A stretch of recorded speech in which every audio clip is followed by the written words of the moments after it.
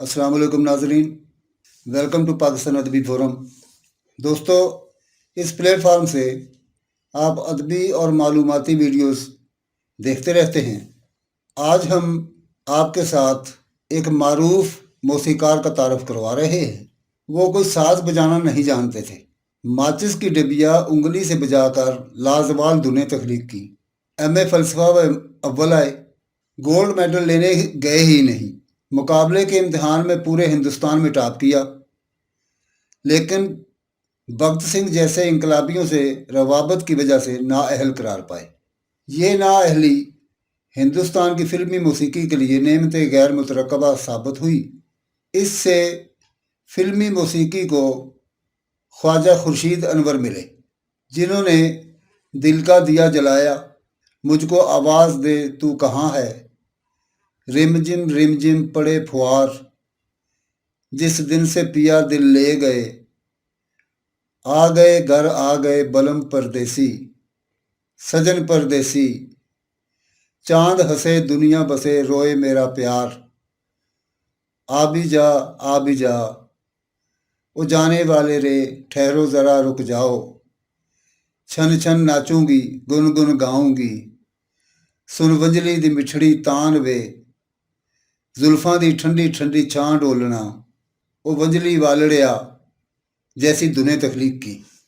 ख्वाजा साहब के साहबजादे ख्वाजा इरफान अनवर फरमाते हैं कि साज बजाना क्लासिकी मौसीकी के लिए बिल्कुल ज़रूरी नहीं। हमारी मौसीकी बुनियादी तौर पर वोकल है। खुर्शीद अनवर लाहौर रेडियो और मुंतखब महफिलों में गाते भी रहे।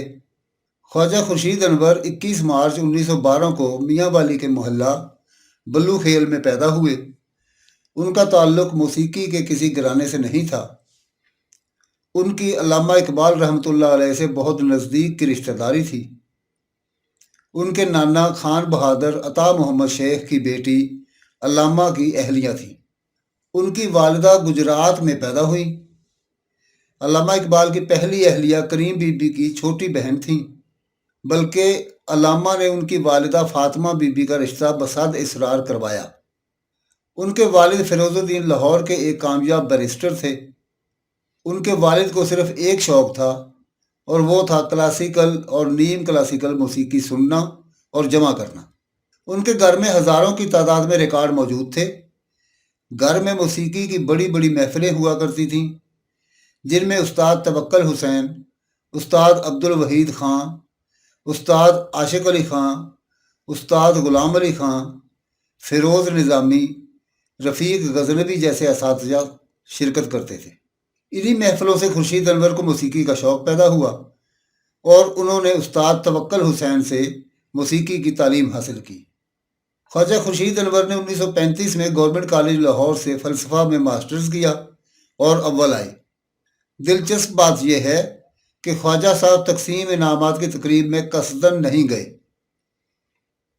अंग्रेज़ वाइस चांसलर ने जब गोल्ड मेडल के लिए नाम पुकारा, वो मौजूद ना पाए गए, तो उसने बरजस्ता कहा कि जो तालिब इल्म अपना मेडल लेना भूल गया है, वो हकीकी तौर पर एक फ़लसफ़ी है।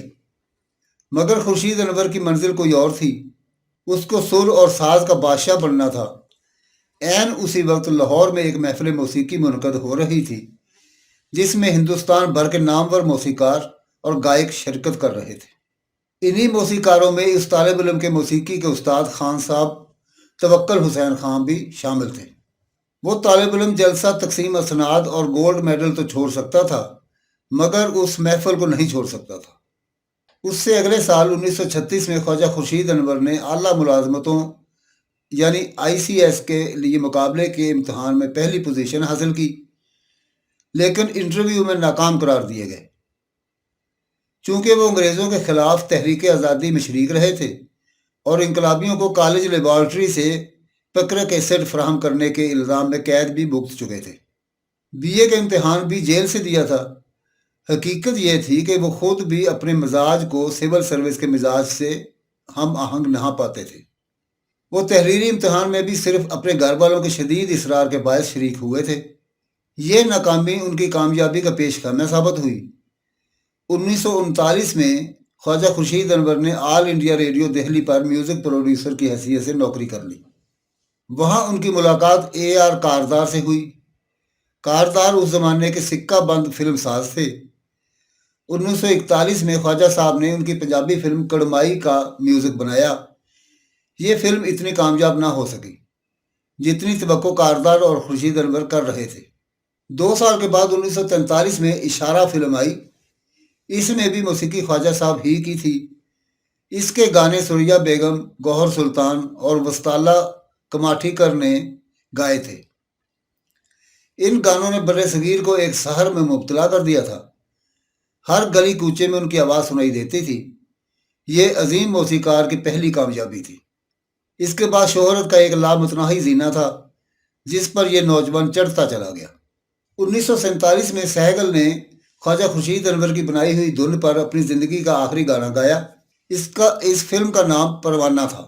اس فلم کے 5 گانوں کی موسیقی خواجہ خورشید انور کی تھی۔ گانے ڈی این مدھوکر نے لکھے۔ 2 میں نقشب اور تنویر نقوی کا اشتراک تھا۔ 1949 میں خواجہ صاحب کو موسیقی کا سب سے بڑا ایوارڈ دیا گیا۔ اس کا نام کلیئر ایوارڈ تھا۔ موسیقار روشن اور شنکر جے کشن اس موسیقی کے جادوگر کی دہلیز پر بیٹھنے والوں میں سے تھے۔ نوشاد جو خود ایک یکتا موسیقار تھے، خواجہ صاحب کے احترام میں کھڑے رہتے تھے۔ خواجہ خورشید انور 1952 میں پاکستان آ گئے۔ یہاں ان کے پایا کے موسیقار نہ ہونے کے برابر تھے۔ نور جہاں جیسے عظیم گائیکہ بھی ایک مشکل دور سے دوچار تھی۔ 1956 میں خورشید انور نے انتظار فلم کی دھنیں ترتیب کی۔ اس کے گانے نور جہاں کے لیے ایک نئی فنی زندگی کا ذریعہ بنے۔ یہ اپنے وقت کی مقبول ترین فلم تھی۔ اس کی کامیابی خواجہ صاحب کی بے مثال میوزک کے سبب تھی۔ اس فلم کے بعد تو خواجہ صاحب فن کے آسمان پر چمکنے لگے۔ مرزا صاحباں، زہر عشق، جھومر، کوئل، ایاز، گھونگھٹ، حویلی، چنگاری، سرحد، ہیر رانجھا، شیریں فرہاد، مرزا جٹ اور سلام محبت وہ فلمیں تھیں جن کی کامیابی کا سہرا خواجہ خورشید انور کی جادوئی موسیقی کو جاتا ہے۔ انہوں نے مجموعی طور پر 18 فلموں کی موسیقی ترتیب دی، 15 اردو اور 3 پنجابی۔ انہوں نے گھونگھٹ، حیدر علی اور ہمراز سمیت چند فلموں کی ہدایات بھی دیں۔ فیض احمد فیض اکثر کہا کرتے تھے کہ ان کی شاعری میں خورشید انور کا جذب موجود ہے۔ فیض صاحب ان سے بہت متاثر تھے۔ فیض کالج میں خواجہ صاحب سے 1 سال سینئر تھے۔ نون میم راشد بھی ان دنوں کالج میں تھے۔ خواجہ خورشید انور کا ایک بڑا کارنامہ آہنگ خسروی ہے۔ یہ 30 لانگ پلے ریکارڈز پر مشتمل ایک البم ہے جس میں بر صغیر کی کلاسیکی موسیقی کے معروف گھرانوں کے 90 راگ محفوظ کر دیے۔ یہ لانگ پلے ریکارڈ ملکہ موسیقی روشن آرا بیگم، استاد سلامت علی خان، ذاکر علی خان اور اختر علی خان، استاد فتح علی خان، اسد امانت علی خان اور حامد علی خان، استاد اسد علی خان، استاد رمضان خان، استاد امراؤ بندو خان، استاد غلام حسین شگن، استاد حمید علی خان، استاد فتح علی خان گوالیار، ملک زادہ محمد افضل خان اور ملک زادہ محمد حفیظ خان کی آوازوں میں تیار کیے گئے تھے۔ آہنگ خسروی اور راگ مالا ایسے عظیم کام ہیں جو ان کے بعد بہت کم لوگ کر پائے۔ خواجہ صاحب کا موسیقی بنانے یا ترتیب دینے کا طریقہ بہت مختلف بلکہ منفرد تھا۔ وہ ماچس کی ڈبیا کو ایک خاص انداز میں بجاتے تھے اور وہیں سے وہ اپنی نایاب دھن کی بنیاد تشکیل دے دیا کرتے تھے۔ 1980 میں خواجہ صاحب کو ستارہ امتیاز سے نوازا گیا۔ 1982 میں انہیں بمبئی کی میوزک انڈسٹری کا سب سے بڑا ایوارڈ دیا گیا۔ اس ایوارڈ کا نام تھا مورٹل مین امورٹل میلوڈیس ایوارڈ۔ خواجہ صاحب کو یہ اعزاز بھی حاصل ہے کہ ریڈیو پاکستان نے ان کی بنائی ہوئی سگنیچر ٹیون سے آغاز کیا۔ خواجہ خورشید انور 30 اکتوبر 1984 کو دنیا سے رخصت ہوئے۔ دوستو، اس ساری معلومات کا صحرا عقیل عباس جعفری، راؤ منظر حیات اور خواجہ عرفان انور کو جاتا ہے جن سے ہم نے یہ معلومات حاصل کی۔ امید ہے کہ آپ کو یہ ویڈیو پسند آئی ہوگی۔